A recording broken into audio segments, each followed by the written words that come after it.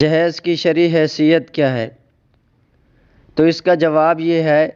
کہ نکاح انسانی فطرت کے ایک ضروری تقاضے کو جائز طریقے سے پورا کرنے کا بہترین ذریعہ ہے، اور اگر اس جائز طریقے پر رکاوٹیں عائد کی جائیں یا اس کو مشکل بنایا جائے تو اس کا لازمی نتیجہ بے راہ روی کی صورت میں نمودار ہوتا ہے، اس لیے کہ جب کوئی شخص اپنی فطری ضرورت پوری کرنے کے لیے جائز راستہ بند پائے گا تو اس کے دل میں ناجائز راستوں کی طلب پیدا ہوگی، جو انجام کار معاشرے کے بگاڑ کا ذریعہ بنے گی۔ حدیث شریف میں ہے کہ رسول اللہ صلی اللہ علیہ وسلم نے ارشاد فرمایا، اگر کوئی ایسا شخص تمہارے پاس رشتے کا پیغام بھیجے جس کی دینداری اور اخلاق کو تم پسند کرتے ہو تو اس کا نکاح کرا دو، اگر ایسا نہیں کرو گے تو زمین میں بڑا فتنہ اور وسیع فساد ہو جائے گا۔ اسلام نے نکاح کو جتنا آسان بنایا ہے، موجودہ معاشرتی ڈھانچے نے اسے اتنا ہی مشکل بنا دیا ہے۔ نکاح کے بابرکت بندھن پر بے شمار رسومات، تقریبات اور فضول اخراجات کے ایسے بوجھ لاد دیے گئے ہیں کہ ایک غریب بلکہ متوسط آمدنی والے شخص کے لیے بھی وہ ایک ناقابل تسخیر پہاڑ بن کر رہ گیا ہے،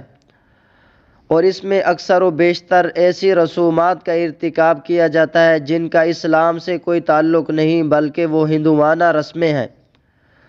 اور غیر اقوام سے مشابہت کی ممانعت بے شمار احادیث میں وارد ہوئی ہے۔ حدیث مبارک میں ہے، سب سے بابرکت نکاح وہ ہے جس میں سب سے کم مشقت یعنی کم خرچہ اور تکلف نہ ہو۔ جہیز کے بارے میں بعض لوگ افراط و تفریط کے شکار ہوئے ہیں۔ جہیز کے بارے میں معتدل فتویٰ یہ ہے،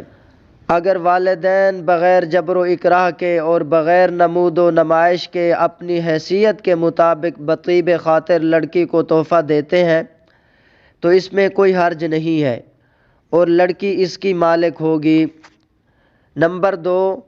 اگر جہیز کے نام پر لڑکے والوں کا مطالبہ کرنے پر یا معاشرتی دباؤ کی وجہ سے محض رسم پوری کرنے کے لیے لڑکے والوں کو سامان دینا پڑے اور مذکورہ سامان دینے میں بچی کے والدین کی رضامندی بھی نہ ہو تو ایسی صورت میں لڑکے والوں کے لیے ایسا جہیز لینا ناجائز ہے، اور اگر ایسا جہیز بچی کے حوالے کر بھی دیا گیا تو بچی ہی اس کی مالک ہوگی، اور اس کی اجازت کے بغیر مذکورہ جہیز کے سامان کو لڑکے والوں کے لیے استعمال کرنا حلال نہیں ہوگا۔ نمبر 3، لڑکے والوں کی طرف سے جہیز دینے کا دباؤ یا جہیز کا مطالبہ کرنا شرعاً درست نہیں ہے۔ واللہ تعالی اعلم بالصواب۔